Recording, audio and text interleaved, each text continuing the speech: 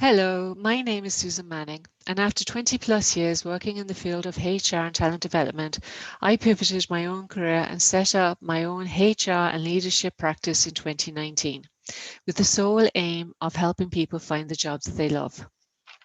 I'm delighted today to be partnering with Cork County Library and Work Matters to bring you this presentation on 5 easy steps for you to pivot your own career.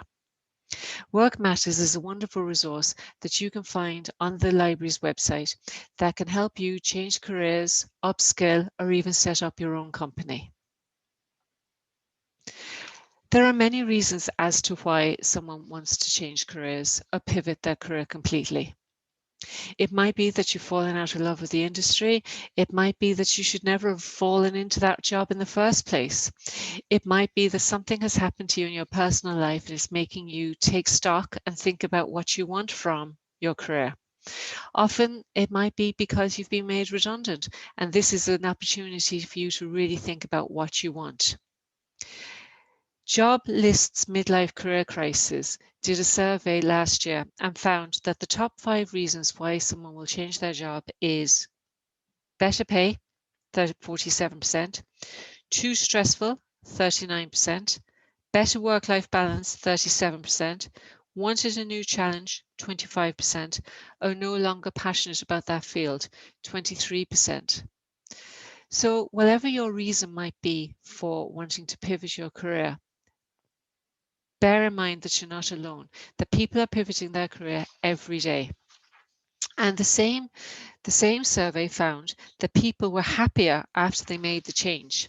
77% of people said that they were happy, 75% said that they were more satisfied, 69% said that they were more fulfilled, and 65% said that they found their new job less stressful. Any job that you're doing where you're full of energy and enthusiasm and passion for it, you will find less stressful, regardless of how busy it is and regardless of how many hours you're working a day. It will take time though, and today I'm going to walk you through some steps that you will need to pivot your career. I often tell my clients though that the short-term pain, maybe of up to 2 years of changing careers, looking for a completely new direction, will be less painful than staying in a career that you absolutely hate for the next 20 years. So the first thing I'm going to urge you to do is think about your why. Why do you want to pivot your career? And there's many reasons, as I said, that people do this. I work with clients who sometimes tell me that they went into their career because it was expected from them at home. I was working with a gentleman one time that was an accountant because his father was an accountant and his grandfather had been an accountant, and he was absolutely miserable. He had no life, he had no energy, he had no enthusiasm because he was doing a job every day that he didn't enjoy. So really start to think about, what is your why? Why do you no longer want to do this career? I myself fell out of love of the science of HR for a little while, and I wanted to move into more helping people and developing people and working with people rather than all the other side of HR that can be there. So here are a couple of questions for you to start thinking about. And the last one is really important. Articulate very clearly what is missing. What is it that you don't get in your current role or career? I was working another time with a nurse who absolutely loved being a nurse for so long. It was what she always wanted to do as a child, and for 20 years she absolutely loved it. But it was no longer the nursing job that she had wanted. She was doing more admin. She was doing more, well, mainly basically just more admin. And so she wanted to change. She wanted to get back to caring for people. So at the end of each day, maybe make a note of what gave you passion and energy during the day. What did you really enjoy about that day? And then think about, on the other side, what drained you of your energy? What did you find that you didn't enjoy? And write that down and start to articulate clearly what is missing. As I said, in my HR career, I loved working with people, and I got a great buzz when somebody said to me, That was really helpful. Thank you for your time. And I got drained when I was working on Excel spreadsheets and doing paperwork and admin, which is the other side of HR. So think about your why. Next, I'm going to suggest that you really do a very detailed self-inventory and think about what is it that are your interests, your values, and your skills. If I think back to my client who was the accountant, he was really into creativity. He loved filming, he loved making documentaries, and really he wanted to get back into doing something like that. He was reminded that when he was in college, he was in the photography club, and that's where he got his energy from. So what are your interests? What do you enjoy doing? What do you love? Then again, start thinking about what are you good at? What do your family tell you you're good at? Are you the person who always organizes the family gatherings, the get-togethers, because you're good at organizing people? Are you the person who loves to spend time on their own and do some really detailed analytical work? And maybe you don't have time to do that now in your current role. Just start to think about what are you good at? And I love this image of all the post-its up on a piece of paper up on the board. I really would encourage you, if you can, to do something similar, because when you have the post-its, you can be writing things as you're going along, because maybe you won't be able to do all of your thinking in one fell swoop. So if you can put this somewhere, that every time you think of something, you can write something new down and put it up in the post-its. And if you start that thinking and maybe give yourself a week or certainly a couple of days, so that everything that is inside you bubbles up and you put it up on the wall. What motivates you as well is a really good question to ask yourself. What drives you? Why did you want to do something? Why did you want to do your current career, and what do you want out of your next career? Once you have all of your thinking done, and you've really put some detail into that thinking, I suggest that you move your post-its around. And if you don't have post-its, maybe you can just color code them or ring them, but start to look for patterns. So what's emerging for you? What are you seeing? What's bubbling up for you? Now, maybe you've already decided which area of career you want to change into, or maybe you're just thinking about it. But whatever it is, think about this and how do you look for your patterns? Again, I'm just being mindful of another client that I had who had worked in the bank for 12 years and wanted to get into a job in the US multinational. He had friends who worked in US multinationals and he wanted to get out of the financial industry. So although sometimes we want to change careers, maybe it's just the industry we want to change rather than the actual career. So he wanted to bring his financial experience into a US multinational. I'm just being mindful of another client that I had recently who was an operations manager for a food and beverage manufacturing. And he was fascinated by the new fintech industry that's emerging here in Ireland. Of course, it's everywhere, but it's really got growth here in Ireland, and looking at the companies like Stripe and Revolut. And he wanted to, when he did this and when he looked for these patterns, he noticed that this new industry was something that he would be interested in in pivoting his career into. So look at the patterns and articulate what it is that you want. Once you have all of that done, my next idea is for you to think about what are your transferable skills. We all have transferable skills. You've been growing these skills from the time that you were in your early or late teens with your first weekend job. You've been developing these that you will take with you to your new career, whatever they might be. So think about them and articulate them down, write them down. You know, it might be communication, it might be creativity, it might be multitasking, it might be that you're good at admin, whatever it might be, think about it and take it and make a note of it, because these are the skills that you're going to need to be mindful of when you're looking to transfer into a new career. Once you've identified what that new career is, or once you've identified what that industry is, you next need to think about what do you need to fill in those gaps. So do you need to go back to college? Do you actually need to do a course? I was speaking to a client yesterday who is a quality assurance professional in a pharmaceutical, and she wants to move into supply chain in the pharmaceuticals, and she's doing a level 7 in UCC in supply chain. She already has the industry experience. She just needs to top it up with this qualification. So maybe it's just something as simple as that.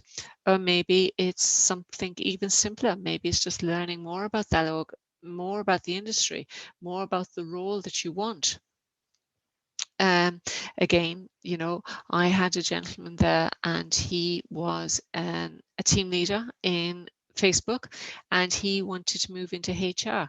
So not only did he look at what his transferable skills were that would be of use for him in HR, he also looked at how he can top up his own education. He already had a degree. So what did he need to do to get the HR education? Sometimes you don't need to go back to college. Sometimes you don't need an education.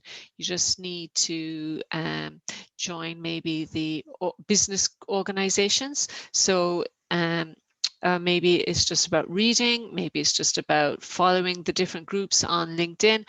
Whatever it is, identify what you need to fill in the gaps to help you move into the career, because it's really important that you understand as much as you can about the industry and about the career and the job that you're going to move into. Another easy way to do that is start reading the job descriptions on your job boards, whether that's on LinkedIn or Indeed, and figure out and look at the language that they're using and look at what they're looking for from the person to do this job, because that can help you as well in identifying what you need to do to fill in your own gaps. And then it's as simple as making a plan. Absolutely. At the moment, the plan may be huge. Your goal may be feeling like it's too big. But I always say, how do you eat an elephant? You eat an elephant with one bite at a time. So create your plan, put down the goal, and then break it down step by step by step by step. I'm a strong believer in that a small thing done every day can lead to momentous change, can lead to humongous change, new ideas. So, and I think 20 minutes a day is, if you have a busy job and you have a busy life, we can all find 20 minutes in a day to work on our plan. So my suggestion is that at the start of every week, maybe on a Sunday or a Monday, you write down, what are you going to spend your 20 minutes every day doing? And start to track that. Start to see what you're doing every day. And then being mindful of how much you're achieving, being proud of that, being proud of what you're working on every single day to get to your large goal.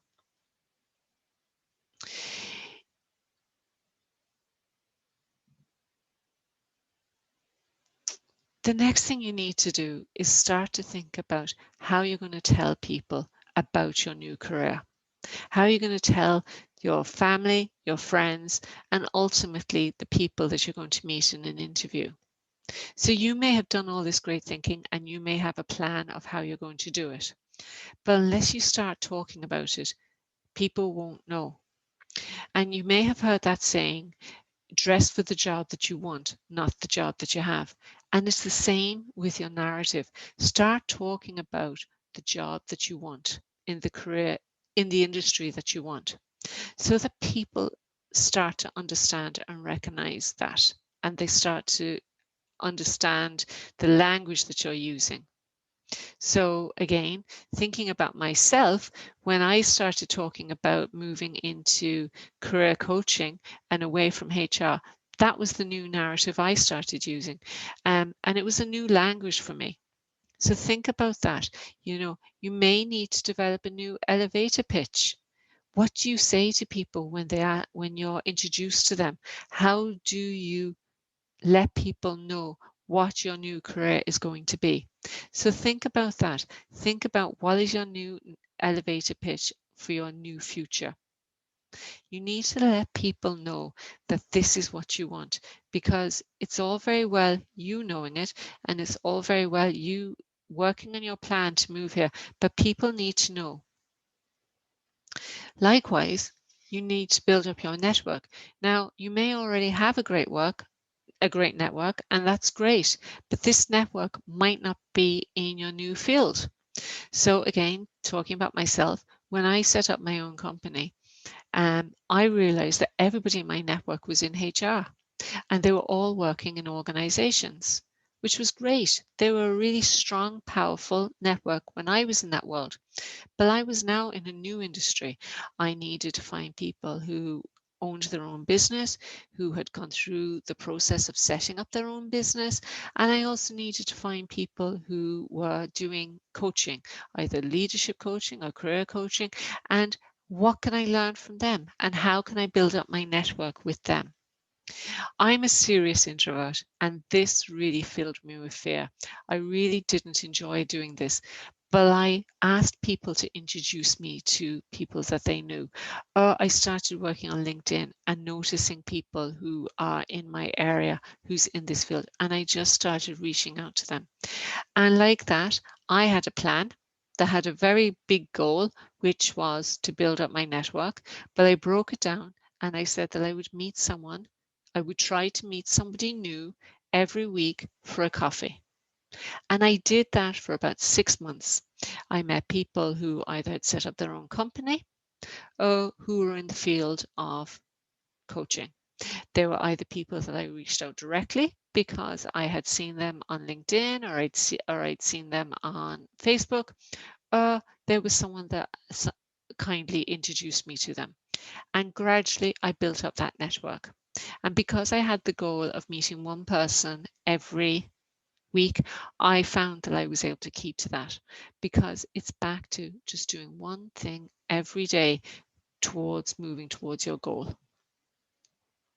Now, once you have your network, you now need to think about, and you have your narrative, you now need to think about how are you going to target your CV and your LinkedIn profile probably, and start to apply for the jobs in the career that you want. And it's really important that your CV reflects what your new job has that you want. So it's really important that it has your transferable skills. It's really important that you have identified what is the experience that you can bring from your current role to your new role. Bearing in mind that the person reading your CV doesn't know what thinking you've been through, doesn't know that you have the confidence that you can do this job. All they're seeing is what you've written down on your CV. So if you write down on your CV that you are a team leader, like my gentleman in Facebook, and you're applying for a role as a HR generalist, the reader is not going to make the link. They're not going to make the jump from your team leader duties to the HR duties. So how do you reframe your CV? How do you write your CV so that the skills and the transferable skills that you have as a team leader is what they're looking for as a HR generalist?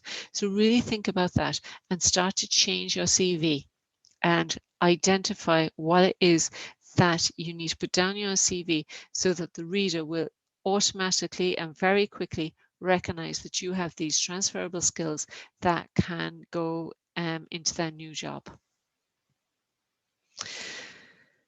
And finally, this is a long process, right? It's not easy to pivot your career. It's a lot easier to find another job doing the same thing, but that's not what's going to make you happy.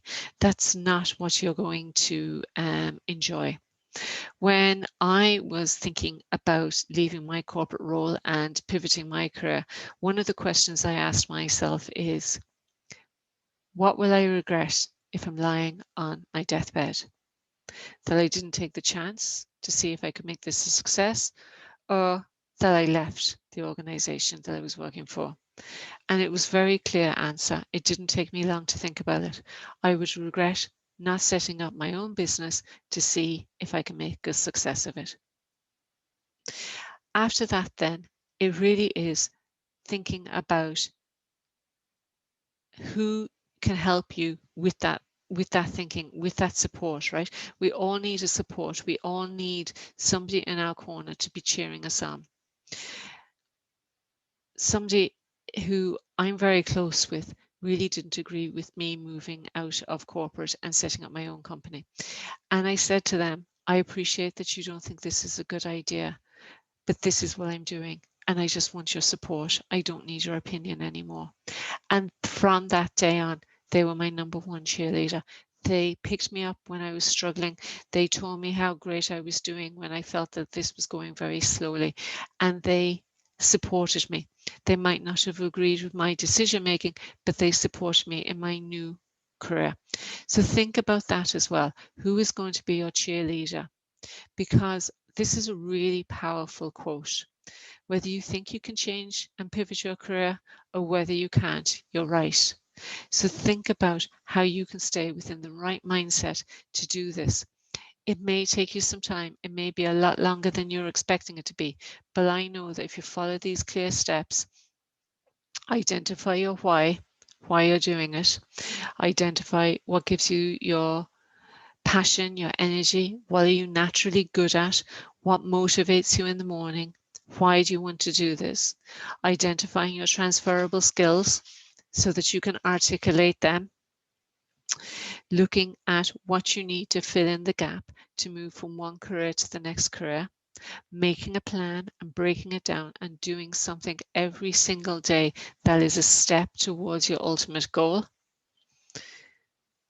taking time to identify what your new elevator pitch is, what your new narrative is, and telling everyone of that so that they know that this is who you are now.